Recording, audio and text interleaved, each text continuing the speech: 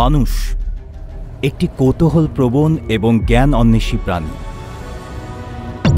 বর্তমানে সীমানা পেরিয়ে মানুষ জানতে চায় সুগভীর অতীত এবং সুদীর্ঘ ভবিষ্যৎ সম্পর্কে। মানুষ জানতে চায় দৃশ্যমান সবকিছুর গহীনের অর্থ, অদৃশ্য সবকিছুর গোপন রহস্য। তাই কিভাবে সবকিছু শুরু হলো, আর এর শেষই বা কোথায় গিয়ে হবে, তা নিয়ে মানুষের চিন্তা এবং গবেষণার কমতি নেই। কি সৃষ্টি হয়েছিল সর্বপ্রথম? পৃথিবী ও বিশ্বজগৎ সৃষ্টির আগেও কি কিছু ছিল? বিশ্বজগৎ সৃষ্টির আগেই আল্লাহ কোথায় ছিলেন? আল্লাহকে কে বা সৃষ্টি করল? মনের গহীনে এমন প্রশ্ন জাগে না, এমন মানুষ নেই বললেই চলে। হয়তো চক্ষু লজ্জার ভয়ে কিংবা অজানা কোনো ধোঁয়াশার কারণে আমরা এই প্রশ্নগুলো এড়িয়ে যাই। সিটিভি বাংলার আজকের আয়োজনে আপনাদের জন্য থাকছে কোরআন, হাদিস ও ইতিহাসের পর্যালোচনা থেকে সৃষ্টি জগতের একদম শুরুর গল্প।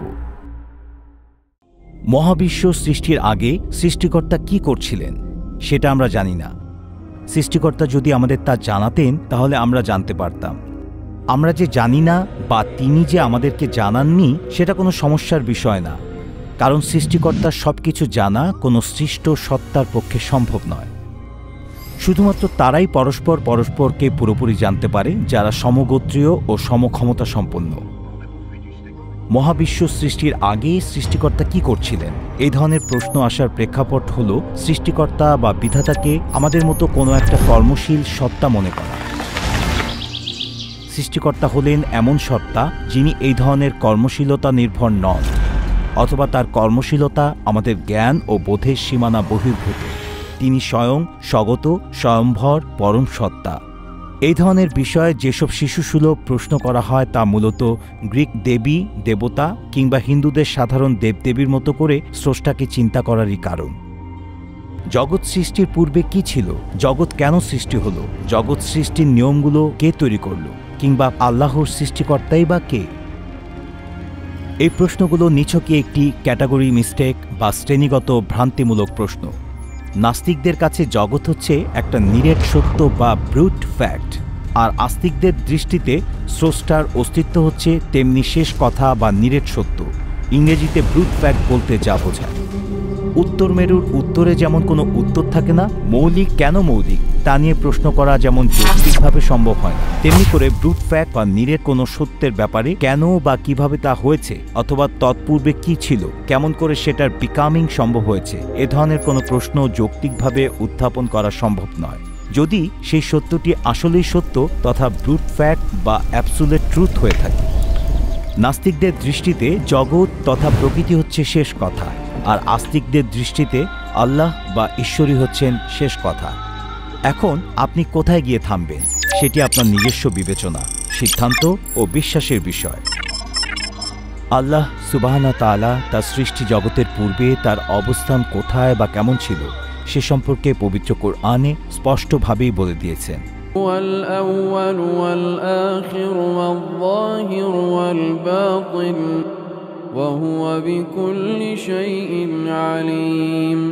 মহান আল্লাহ, তিনি প্রথম ও তিনি শেষ, এবং তিনি প্রকাশ্য ও তিনি গোপন, আর তিনি সকল বিষয়ের সম্যক অবগত।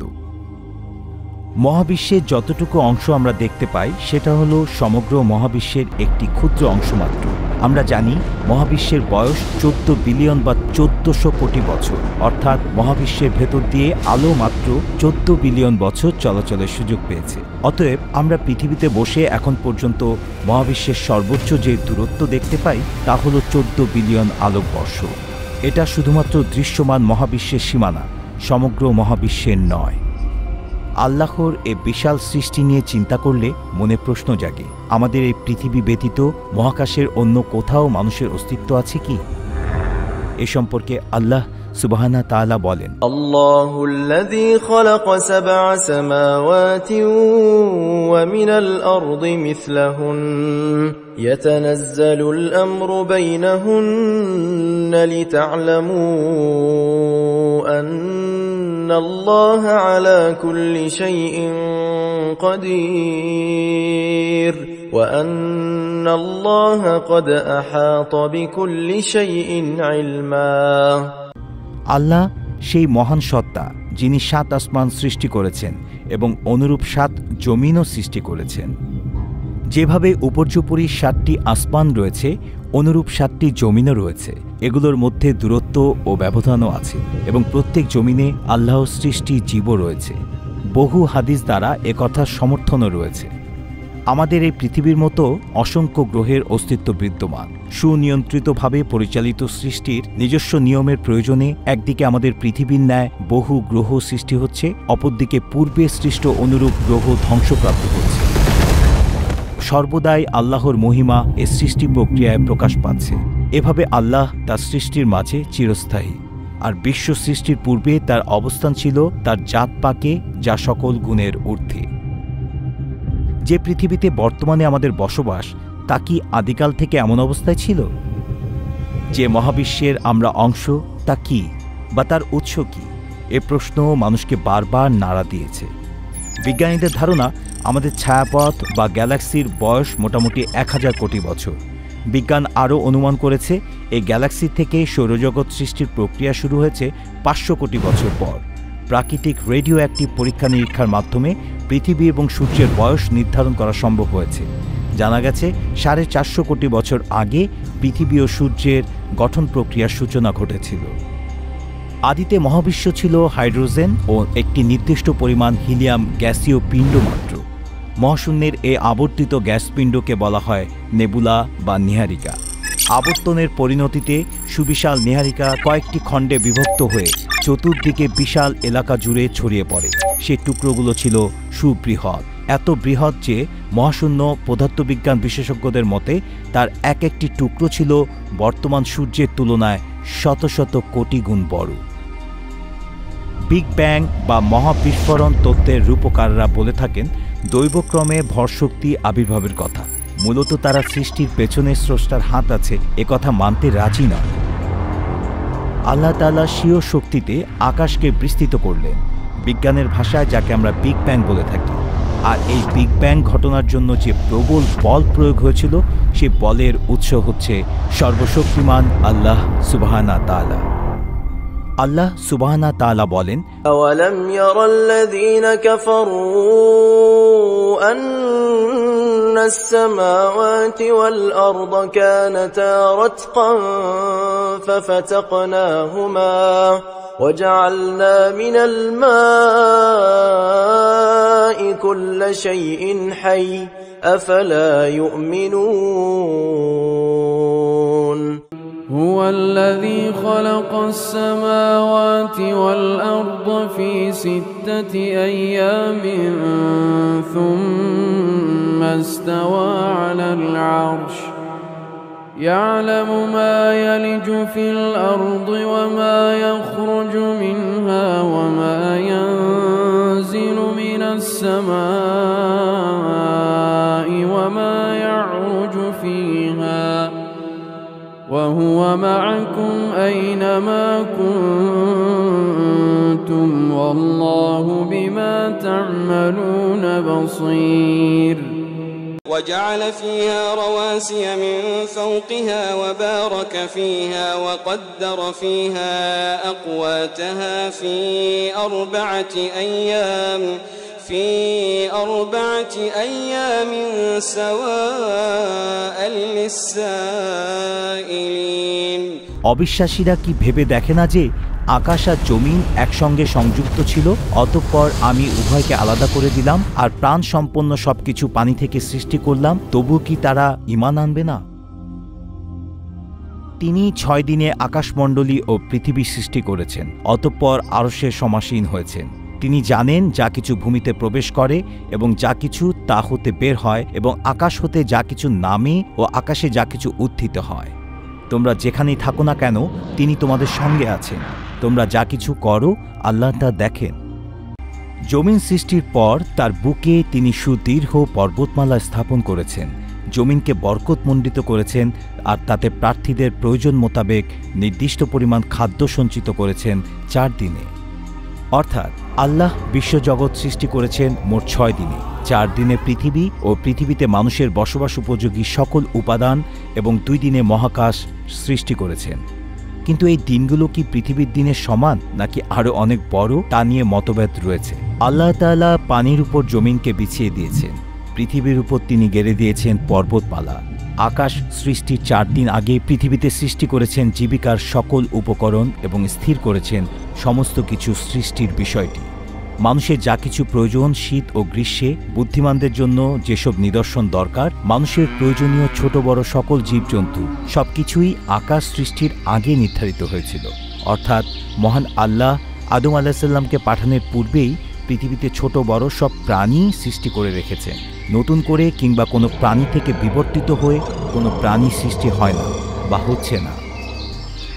কোরআন সৃষ্টি সংক্রান্ত যে তথ্য দিয়েছে তা মূলত জ্ঞান চর্চার সদর দরজা এবং স্রষ্টার অস্তিত্ব প্রকাশের নিদর্শন। কোরআনের ভাষ্যমতে আকাশসমূহ ও পৃথিবী সৃষ্টি হয়েছে 6টি সময়কালে। এই সময়কালের মধ্যেই মহাকাশ ও পৃথিবীর যাবতীয় উন্নয়নমূলক কর্মকাণ্ড এমনভাবে সম্পাদিত হয়েছিল যার দরুন এ গ্রহটি জীবন রক্ষার উপকরণ সহ মনুষ্য বসবাসের উপযোগী হতে পেরেছে। কোরআনের বর্ণনা মতে পৃথিবীর সব উন্নয়নমূলক কর্মকাণ্ড সম্পাদিত হয়েছিল 4টি সময়কালের মধ্যে। পৃথিবীতে মানুষের আবির্ভাবের সময় 4টি পর্যায় অতিক্রম করতে হয়েছিল। বলা অনবশ্য, পৃথিবীতে আবির্ভাবের এই 4টি পর্যায় বা সময়কাল হচ্ছে বিজ্ঞানের একটি প্রতিষ্ঠিত ধারণা বা হাইপোথিসিস। তবে বাস্তবে সে 4টি পর্যায়ে যে কি ঘটেছিল সে বিষয়ে বিজ্ঞানের কাছে সঠিক তথ্য নেই। কোরআনের 41 নম্বর সূরার 9 থেকে 12 নম্বর আয়াতের বর্ণনা অনুসারে মহাকাশের বিভিন্ন গ্রহ, নক্ষত্র ও পৃথিবী পরিগঠিত হয়েছিল 2টি সময়কালে।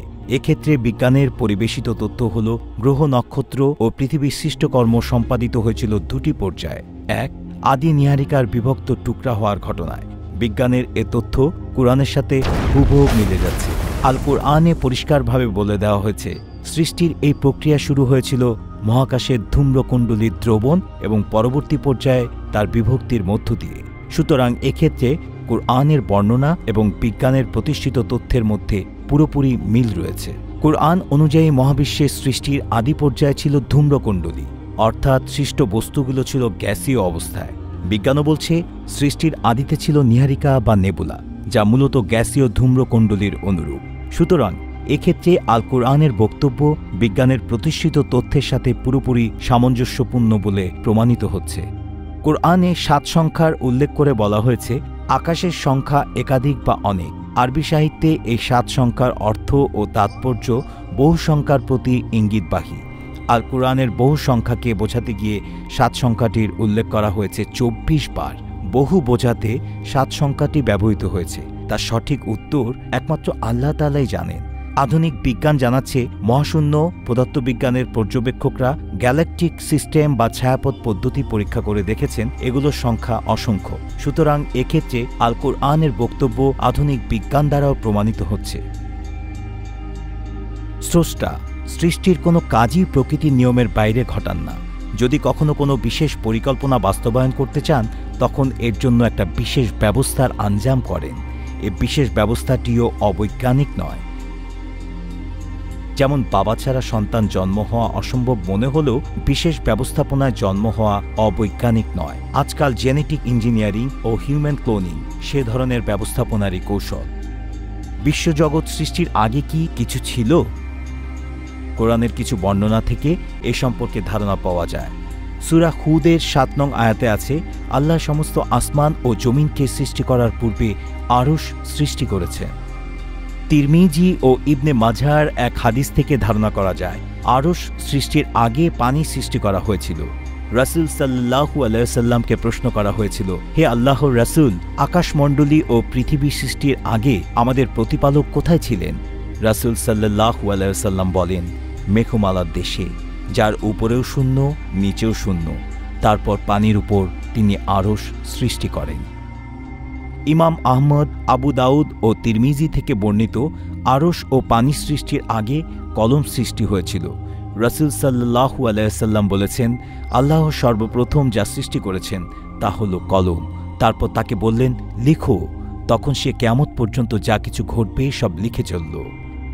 আসলে কলম, আরশ আর পানির মধ্যে কোনটি আগে সৃষ্টি হয়েছিল তা অস্পষ্ট থেকে যায়। সহিহ মুসলিম থেকে পাওয়া যায়, আব্দুল্লাহ ইবনে আমর ইবনে আস রাদিয়াল্লাহু তাআলা বলেন, আমি রাসূল সাল্লাল্লাহু আলাইহি সাল্লামকে বলতে শুনেছি, আকাশমণ্ডলী ও পৃথিবী সৃষ্টির 50,000 বছর আগেই আল্লাহ সৃষ্টি জগতের তাকদীর লিপিবদ্ধ করে রাখেন। তখন আরশ ছিল পানির উপর। বিশুদ্ধ মতে আল্লাহ সর্বপ্রথম কলম সৃষ্টি করেছেন, অতঃপর কুরসি সৃষ্টি করেছেন। কুরসি সৃষ্টির পর তিনি আরশ সৃষ্টি করেছেন। আরশ সৃষ্টির পর তিনি মহাশূন্য ও আধার সৃষ্টি করেন। তারপর পানি সৃষ্টি করে তার উপর আরশ স্থাপন করেন। তবে এ বিষয়ে স্পষ্ট জ্ঞান তো মহান আল্লাহ তাআলারই আছে।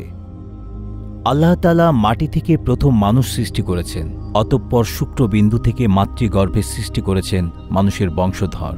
আল্লাহ মানুষকে শ্রবণ ও দৃষ্টিশক্তি সম্পন্ন করেছেন এবং সবকিছু শিক্ষা দিয়েছেন। আদম আলাইহিস সালামকে আল্লাহ নিজের হাতে বানিয়েছেন, তাতে নিজের পক্ষ থেকে আত্মা দিয়েছেন। তারপর ফেরেশতাগণকে নির্দেশ দিয়েছে এই প্রথম সৃষ্ট মানুষকে সিজদা করার জন্য। তারপর আদম আলাইহিস সালামের পাঁজরের হাড় থেকে হাওয়া আলাইহিস সালামকে সৃষ্টি করেছেন। মহান আল্লাহ তাদেরকে জান্নাতে থাকতে দিয়েছেন এবং একসময় তাদেরকে নামিয়ে দিয়েছেন পৃথিবীতে।